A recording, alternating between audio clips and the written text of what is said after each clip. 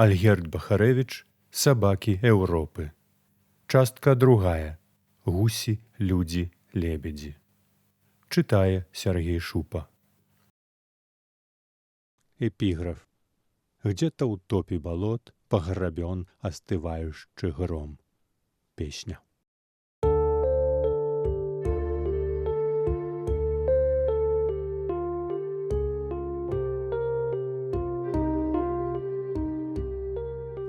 Раздзел 1.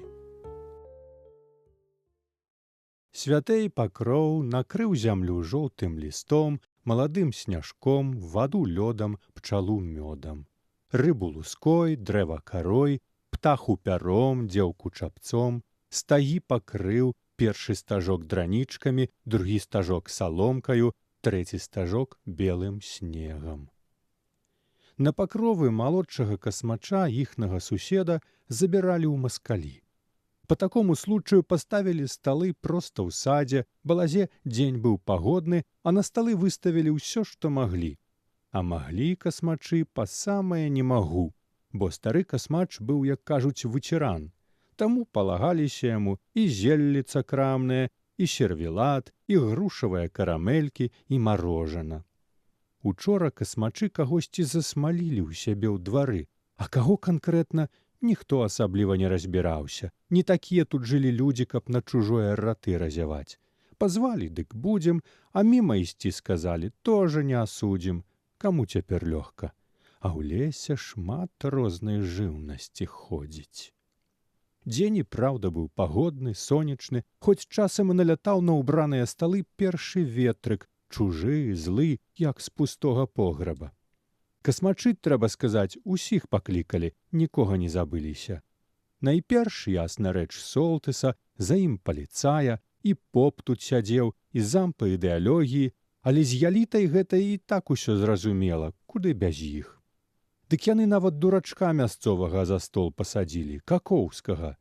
Той адразу ж напіўся, і калі толькі паспеў, ды жаласлівым голасам завёў сваё нязменнае. «Люди, люди, извините меня, люди, родные мои, ну ответьте, какой теперь год?»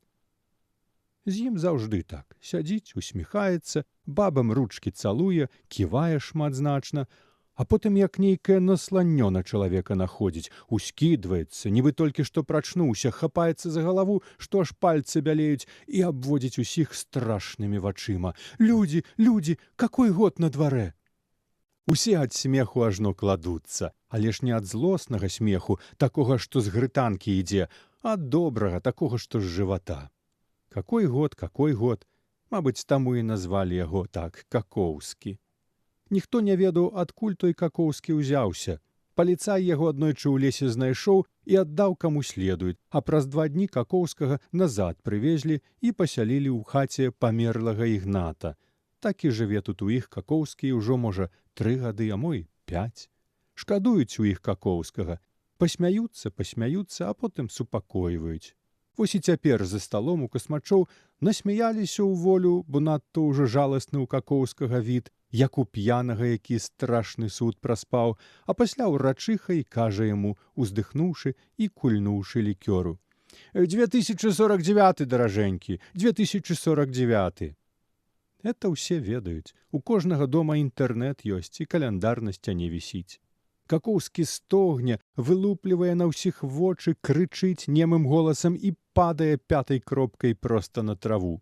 «Как же это получилось? Ошибка, ошибка!» – мармыча ён, абводзячы невідушчымі вачыма гэты невялікі свет. Хаты, твары, змораныя дрэвы, змочаныя ваткамі аблокаў неба, блізкі, выцягнуты ў нітку далягляд, прадзеты на канцах у іголкі даўгіх пруцяных агароджаў. «А дзе я, людзі, дзе я нахажусь?» – хрыпіць Какоўскі, хапаючы за рукі таго, хто бліжэй за ўсіх. Але яго ўжо не слухаюць, насмяяліся ўдосталь, хіба толькі зампа ідэалогіі скажа задуменна, апракінуўшы чарачку. «Какой год? Не каб пра месяц спрасіць, или хаця бы пра дзень нядзелі, чудак-чалавек». І ўсе важна дастаюць з кішэняў мабільныя тэлефоны, кладуць на стол. Вось табе і ўрэмя, і дзень, і год, і нават сфотаграфіравацца можна. Напрыклад, з малодшым касмачом. Той сядзіць на чале стала, Лысы, змрочны, на людзей не глядзіць, толькі на Любку пазірае, нявесту сваю, ды так пазірае, быццам зараз з'есць. «Ну што ты ўсё на яе смотрыш?» — не вытрымлівае Солтыс. «Зараз дзеўка ў гамбургер преврачыцца ад стыда. Даждёцца на цябе, даждёцца, сам паглядзі, каго тут яшчэ дажыдацца». І праўда, каго? Не яго ж, Маўчуна. Маўчуну толькі яшчэ 15-ты год пайшоў, а апрача яго ў вёсцы толькі 7 мужчын застаецца. Стары касмач, ды Солтыс, ды паліцай, ды поп, ды бацька Маўчуна, ды настаўнік, ды пан Какоўскі. Усе астатнія бабы, нават зам па ідэалогіі. Калі шчыра, Маўчун дужа зайздросціў малодшаму касмачу. Хоць чаму там зайздросціць? Ума ні грама, адны кулакі і любімае слова «насёр». Што не скажы малодшаму касмачу, ён пра ўсё адказвае «а я з дуба насёр». Часам Маўчун задаваў сабе пытанне, як жа касмач з Любкай размаўляе, калі яны па завуголлях ціскаюцца. Яна яму «ой, касмачык, які ж ты дужы, які ж ты харошы», а ён і адказвае ласкава «а я з дуба насёр». Як яна яго цярпіць? Як яны наогул усё это цярпяць? Чаму не выюць ад кляўстрафобіі? У куратніку у Маўчуна ёсць схоў, а там паперкі з малюнкамі. Маўчун іх усіх намаляваў, усіх. Солтыса ў выглядзе жука, папа як чорную шафу, паліцая як грыба сухога неядомага, зама як свежа выструганую труну, а касмача таго малодшага як каровін блін. Касмач заўважыў, што Маўчун употай разглядае яго і насупіўся, сціснуў кулачышчы. Няўжо раўнуе? Ды патрэбная мне твая Любка. І праўда, чаму тут зайздросціць? Але Маўчун зайздросціў, пякуча, ледзьве не да слёзаў. Не таму, што ў Любкі з малодшым касмачом такая любоў, а таму, што... Ясна чаму. Заўтра па касмача прыедзе вайсковая машына, заскочыць касмачу кодаб, махнуўшы кедамі, і павязе яго машына далёка-далёка, туды, куды нікому нельга. Касмач пабачыць свет, а свет даведаецца, што ёсць такі касмач, і які б той касмач не быў, ён будзе займаць сабой прастору то тут, то там, у мясцінах, якія Маўчуну ніколі не наведаць, і вочы касмача запомняць тое, што Маўчуну і не снілася. Тое, пра што яму школе расказваюць, але расказваюць неяк неахвотна, нібы сам настаўнік не надта верыць у тое, чаму іх вучыць, нібы гэта казка такая пра белага бычка, што ёсць недзе іншыя краіны, ды вялікія гарады, ды высокія горы, ды бяскрайнія стэпы. Ведама ж, нешта і ў інтэрнэце пачытаць можна, але і там інфармацыі мала, так мала, што Маўчуну толькі і застаецца, што дадумваць, фантазіраваць і марыць. А дадумваць ён умее. Ну вось зайздросціць ён малодшаму касмачу. Хоць ясна, што касмач той дурны, хутчэй за ўсё і не вернецца ў вёску іхную. Это раней ветэраны вярталіся з медалямі, з загарам баявым, у шынялях казённых, хто без рукі, хто без нагі. А цяпер, хто ў маскалі пайшоў, пішы прапала. Ніводзін яшчэ са старэйшых хлапцоў да хаты не прыйшоў, адслужыўшы. Можна толькі здагадвацца, што з імі стала там за 1000 кілометраў. Ці татара-мангольская страла сразіла ў старане чужой, ці ажанілі з якой казачкай чарнабровай і на рубяжы далёкім пакінулі, каб сцярог родзіну да паследняга ўздоха. І спытаць няма каго, забаронена на такія тэмы размаўляць. Маўчуну ў маскалі яшчэ, канешне, рана ісці. Ды не возьмуць яго, відаць, бацька ў яго аднарукі, а мамы няма. Пайшла неяк даўно мама ў лес і не вярнулася. Што з ёй, ніхто дагэтуль не ведае. Як мама прапала, бацька хадзіў да начальства, але і так было ясна, што ніхто маму шукаць не будзе. «Сама вінаватая», — сказаў Солтыс з важным выглядам, «лес у нас стратэгічны, а па стратэгічным лесе хадзіць можна толькі да пэўнай граніцы, а далей пад сваю адветственнасць. Відаць, выйшла мама за тую граніцу пэўную, не заўважыла знакаў. Ну дык хто ж вінаваты?» «Сачувствую твайму гору, Моўчан, але нічым памоч не магу», — казаў Солтыс, пакуль жонка ягоная гусачку ў куратнік заганяла. «Думай, будзеш сына адзін расціць, або да маладзіцы якой пасватаешся. Я б другі варыянт выбраў. Ну і вообще, ва ўсім надо искать свае плюсы і мінусы. Шкада твою Надю. Але затое сынка твайго, маўчуна, пэўна ж рэкруцкі набор аб мяне. Маеш права цяпер на адкрапленне для сына, усе панімаюць, отец інвалід, мать пропала, такіх служыць бяруць толькі ў ваеннае время, а наша русская родина цяпер ни с кім военных оборонительных действий не ведет. Так что хоть сын при табе застанецца. Касмачу дык не павязло, яшчэ пару гадоў і аты-баты. Паскуда той Солтыс. Хабар у бацькі ўзяў, бацька яму цэлую гусачку белую занёс, каб той разабраўся. Цэлую гусачку белую. І за што? За тое, што адбрахаўся іхны начальнік. Маўчуну тады гадоў 10 было. Стаяў ён побач з бацькам на падворку Солтысавай хаты, глядзеў і бачыў перад сабой жука. Хітрага, сквапнага жука, які заўжды ледзь што крылы раскрые, і вось ён ужо ні пры чым. Пра стратэгічны лес і пра сваю ацветственнасць яны і так ведалі. І пра тое, што маўчуна ў маскалі цяпер могуць і не ўзяць. Пра гэта ў інтэрнэце напісана. Там раздзел такі ёсць, дзе ўсе законы паглядзець можна. Праўда, туды рэдка хто залазіць, бо там сам чорт нагу зломіць. Такім ужо языком напісана, як быццам па-інастраннаму. Гэтая размова адбывалася гадоў 5 таму. А цяпер вось забіраюць малодшага касмача ў маскалі, а ён, маўчун, застаецца і не ведае, радавацца яму ці засмучацца. То крыўда накаціць. Хай бы яго забралі. Хай бы сказалі, што жыць яму, маўчуну, менш за год застанецца. Затое пабачыў бы ён далёкія краі, і стэпы, і пустэльні, і вялікія гарады, і, можа, над зямлёй бы праляцеў на ваенным самалёце, адным з тых, што над імі часам гудзяць. Саміх гэтых птахаў жалезных не відаць, толькі гудзенне ў небе такое, нібы зараз небасхіл абрынецца. У такія моманты разыгрываецца маўчунова фантазія, ды так, што ажно з сэрца заходзіцца ў грудзях.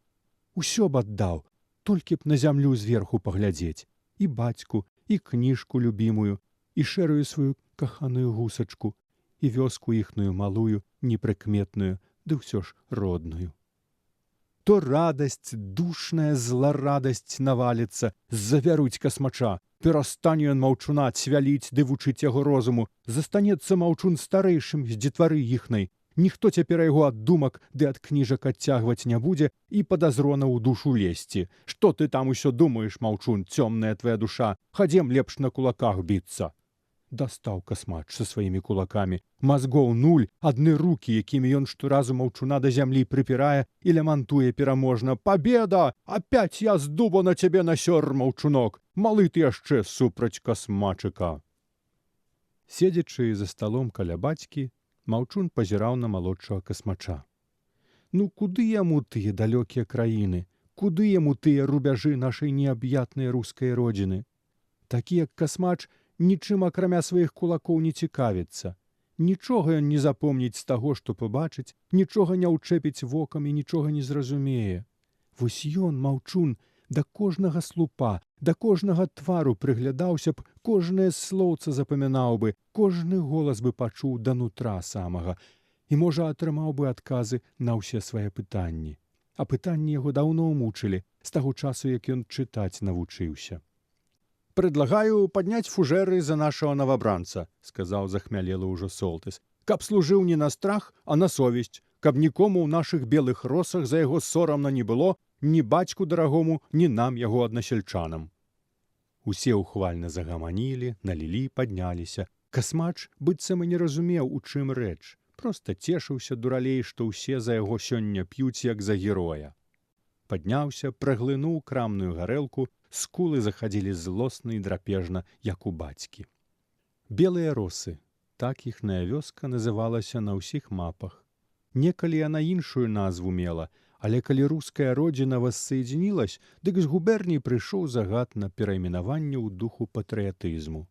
Паліцай неяк маўчуну расказаў, што па ўсёй губерні тых белых росаў штук 20, і іхныя маюць свой код – 13. А яшчэ ў школе ім настаўнік расказваў, што 100 гадоў таму фільм такі быў папулярны «Белыя росы». Дык асвабадзіцелям так той фільм спадабаўся, што яны шмат вёсак у гонар той кінакарціны легендарнай пераназвалі. Маўляў, так і павінна вёска на западных рубяжах звацца. А як іхныя 30 хатаў раней клікалі, ніхто ўжо і не памятаў. То бок, можа, і памятаў, але размаўляць пра гэта непрылічна стала, недастойна рускага чалавека. Так ці інакш, белыя росы гэта было красіва, а некрасівае названне на што ў памяці трымаць. Так іх у школе вучылі. І Маўчун, у прынцыпе, не быў супраць. Белыя росы, дык белыя. Але каб нехта ўсё ж успомніў старую назву, таксама бяды не было б. Цікава ж, як там раней людзі жылі. Пра што думалі, пра што гаманілі, калі ў маскалі забіралі ці, напрыклад, вяселля.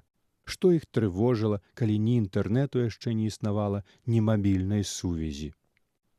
«Мусіць, пашлюць цябе, хлопча, на южную граніцу», – прамовіў Солтыс, але не да касмача малодшага звяртаючыся, а да мужикоў ды зама па ідэалогіі. «Я даже уверен». «Чаму ж адразу на южную?» – запытаўся хітраваты бацька касмача, спрытна разжоўваючы залатымі зубамі сала. «Не, на южной сил у нас хапае», – заявіў поп. «Видит Бог на восточную, там неспокойно. Новости читали? И гэта добра, что на восточную. Там голодно не застанешься, икру лыжками есть будет твой Алёша, и с духовной пищей таксама ўсё ў поўным парадку. Церковь наша православная там сильные позиции имеет, и удаль свою молодецкую есть, где проявить». І поп захіхікаў дабрадушна, накладаючы сабе гарачых котлет, якія касмачыха толькі што ўрачыста выставіла ў сярэдзіне стала. «А я думаю, на южную», – працадзіў паліцай, з усё большым інтарэсам пазіраючы на Любку. «Чыталі пра інцыдэнт у Харбіне? Трэба паказаць дзікарам, што мы не намерены цярпець іх правакацыі. Ясно, как дважды два. Цяпер там канцэнтрацыя войск пайдет, чтоб кулак наш бронированный был виден однозначно, нават за акіянам». «На якую б не паслалі, мы ўсе ў цябе, Алёша, верым», – адпіла свой лікёрчык мутны зам па ідэалогіі. «Што не апазорыш чэсць белых росаў. Мы ўсе табой гардзімся. У какие перадрагі ты не папаў, не забывай, хто ты і адкуда». Малодшы касмач не слухаў. Цяпер ён толькі на паліцая глядзеў, так што косці хрумсцелі ў касмача ўнутры, шыя напіналася так, што зараз лопне, а пра Маўчуна і забыў. Баіцца, што заўтра забяруць яго, а паліцай да Любкі кліны падбіваць пачне. «Вось жа пустата якая», – падумаў Маўчун. «Гэтага, што забіраеш, што пакінь, толькі пажэрці, пабіцца, ды дзевак паціскаць. Нічога не цікава чалавеку». Ды ці напраўду чалавек гэты касмач? Часам Маўчуну здавалася, што ён жыве сярод звяроў, якія аднойчы выйшлі з лесу, парыкалі, пагыкалі адзін на аднаго, але агледзеліся і пастанавілі, што тутака атайбуюцца і прыкінуцца, нібы яны людзі, каб у галодны час ацалець. Вось мяса, якім стол застаўлены, чыё яно? Якой жывёліны? Ніхто не пытаецца, баяцца. Ніхто не пытаецца, не ведае і пытанне ад сябе гоніць. Як быццам ёсць у гэтым застоллі і ў гэтай вёсцы, і ў гэтым часе, у які собіла жыць Маўчуну, нейкая страшная таямніца. Ён неўпрыкмет агледзеў тых, хто сабраўся за сталом, і на душы ягонай зноў зрабілася нядобра. Як жа бацька гэтага не бачыць, што ў зама па ідэалогіі вусны такія ўжо крывавыя, нібы яна толькі што шыю некаму пракусіла. Што ў старэйшага касмача з-пад гімнасцёркі іголкі вытыркаюцца, а ўсе толькі і ўдаюць, што гэта мужчынская поўсць. Што малодшы касмач да дуба падобны, а Солтыс да жука, а ў паліцая пыса выцягнутая, што ў твайго сабакі. А жанчыны?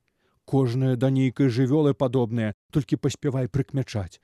Касмачыха да кабылы, зам дык тая больш да зайчыхі, і вочы такія чырвоныя, а вакол іншыя ваўчыхі, коткі і нават прусачыхі ёсць. Маўчуна перасмыкнула. Захацелася ўцячы з-за стала, схавацца, забіцца ў нару і не вылазіць, пакуль з лесу паляўнічыя не выйдуць і не перастраляюць усю гэтую саманадзейную жыўнасць.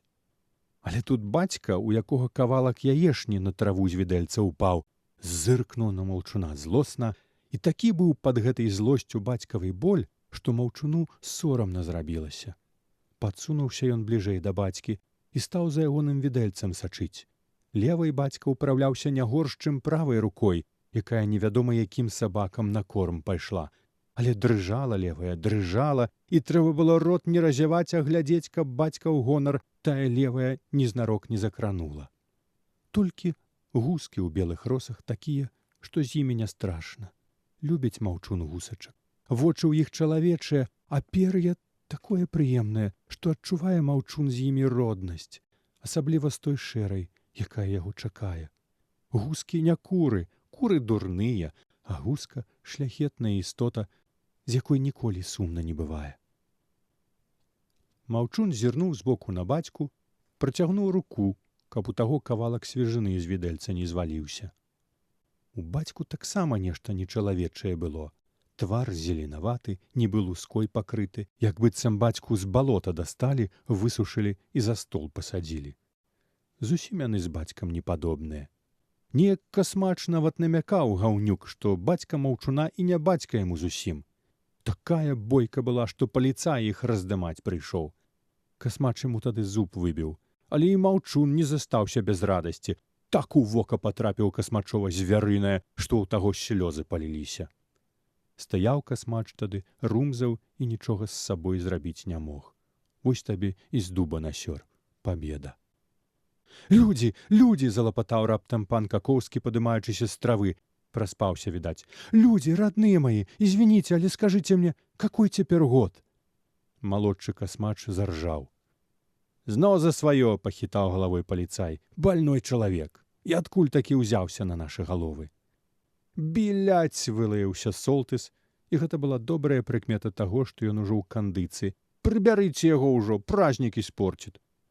«Да ладно!» — адгукнуўся поп. «Блажэнны он! Нікаму рда няма, а гледзячы на яго задумацца можна над праблемамі быцця». «Біляць!» — замаргаў Солтыс.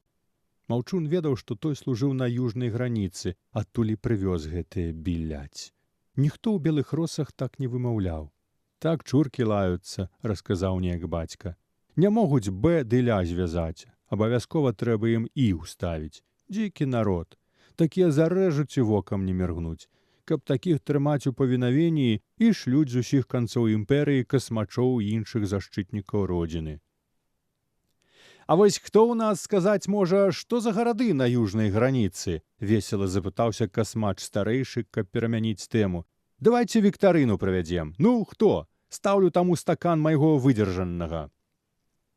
«Ды куды ім?» — кінуў паліцай. «Ва ўсіх інтэрнэт ё, ніхто геаграфіяй родзіны не інтарэсуецца». «А ўчыцель на што?» — сказала абурана зам па ідэалогіі. «Што ў нас, школы няма?» Настаўнік, заняты свежыной, не адразу зразумеў, чаго ад яго хочуць, а ўцяміўшы, выцер бліскучыя вусны і на маўчуна паказаў чорным пазногцем. «От ён, найлепшы наш учанік, усе гарада знаюць. Ну-ка, Малчун, давай, пакажы, што недарэмна дубца ад мяне менш за ўсіх дастаеш. Якія ў нас гарады на южнай граніцы?» Маўчуну не хацелася рот раскрываць, але бацька паглядзеў на яго з такой надзеяй, што давялося адкашляцца і буркнуць. «Ну, Фрунзе, ну, Кабул, ну, Тегеранск, ну, Харбін, ну, Пень-Яма, ну...»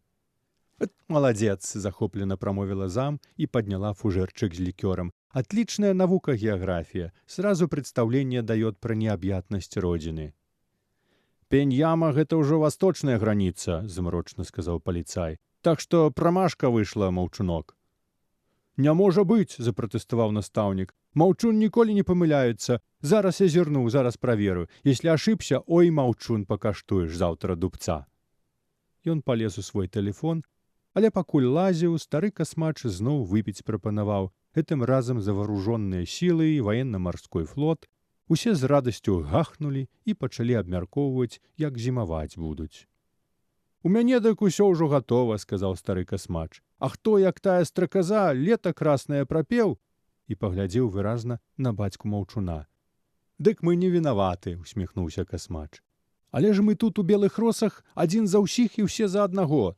Таму паможам, чым можам, а чым не можам, куда надо доложым». І зарагатаў, як умеў, па-лясному, жудасна, як быццам на дрэве сядзеў, а не за сталом. «Праў, маўчун!» — радасна вигукнуў настаўнік. «Праў аказаўся! Восточная граніца ўжо за Пень-Ямай пачынаецца, а Пень-Яма юг, юг, юг!»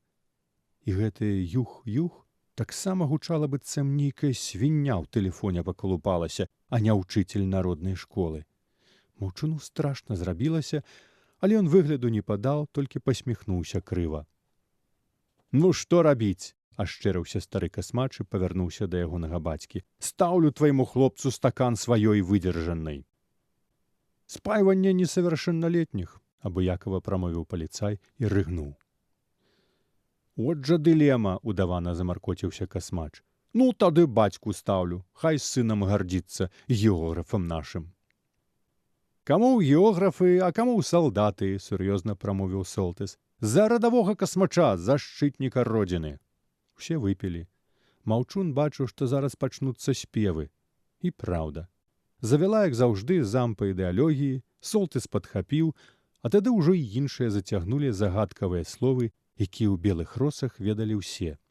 І пачатак у песні быў ясны, а далей ніхто не мог патлумачыць, што значаць дзіўныя словы, ад якіх так гаркава рабілася на языку. «Давай за нас, на-на-на-на-на-на, давай за газ, на-на-на-на-на-на, и за Бомбей, за Мадрас, за Алхасу и за Гондурас, давай за нас, за девок у Тхимпху, давай за нас, пусть все идет на ху». Дапеўшы, усе асалавела ўтаропіліся ў стол. Не той быў сёння празднік, не той. Дзве песні любілі ў белых росах, і гэтую зацягвалі тады, калі на душы ў жыхароў вёскі было цёмна, і нібы нейкая нуда тачыла іх знутры. Маўчун пачакаў крыху, мо нешта зменіцца, мо ўсё ж зацягнуць ягоную, любімую, якую пелі тады, калі сапраўды радаваліся і адчувалі сябе людзьмі. Вось гэтую. «Не вешать нос, гайда Марыны, дурна ли жизнь иль хороша». Звычайна зам саліравала, ды такім тонкім голасам, што здавалася, у яе ўнутры нешта зараз лопне. Але ніхто нават не ўспомніў, што ёсць такая песня. Зажурыліся дарослыя, пачалі відэльцамі па стале скрабсці. Злавесны быў гук. Крах, крах. Нешта мармытаў, лежачы ніцма ў траве, пан Какоўскі. Маўчун не ў прыкмет споўз з дошкі, на якой яны сядзелі ўсе ў рад, як на паседжанні якім, добрай дошкі, габляванай, гладкай, як грудзі ў касмача. Мужикоў іхнай пароды толькі на спіне расло, махнацілася, а грудзі голыя, чыстыя, як у бабаў. Споўз і ціха, як птушка малая, за агароджу схаваўся, а там вугламі, ды па загуменні да хаты. А там, вядома, адразу да гусачкі сваёй шэрай. Абняў яе, ухапіў асцярожна за шыю, у вочы паглядзеў, і гуска адказала яму такім позіркам, што хораша і лёгка стала маўчуну, нібы ў яго зубы балелі і нарэшце папусціла. «Не вешаць нос», – прашаптаў ён і пацалаваў гусачку ў прыгожую шыю. Гусачка адкрыла дзюбу, нібы нешта адказаць хацела. Супакоіць яго, суцешыць пасля ўсіх гэтых выпрабаванняў. Цёплая была гусачка, маўчун прыціснуў яе да зямлі, якая ўжо астываць пачала, і сам да яе прыхінуўся. «Давай я табе раскажу», – зашаптаў ён у паўцемры куратніка. «Ты ж любіш, калі я табе гэтую гісторыю расказваю. Дык вось, у адной краіне, на поўначы, куды лётае Эйр-Болцік, некалі рос у адной вёсцы хлопчык, а звалі яго Нільс Хольгерсен. Это значыць Нільс, сын Хольгера, так ягонага бацьку звалі. Але ўсе звалі хлопца Маўчун, бо дужа не любіў гаварыць. А што любіў? Любіў кніжкі чытаць, а яшчэ любіў адну шэрую гусачку, а больш нікога».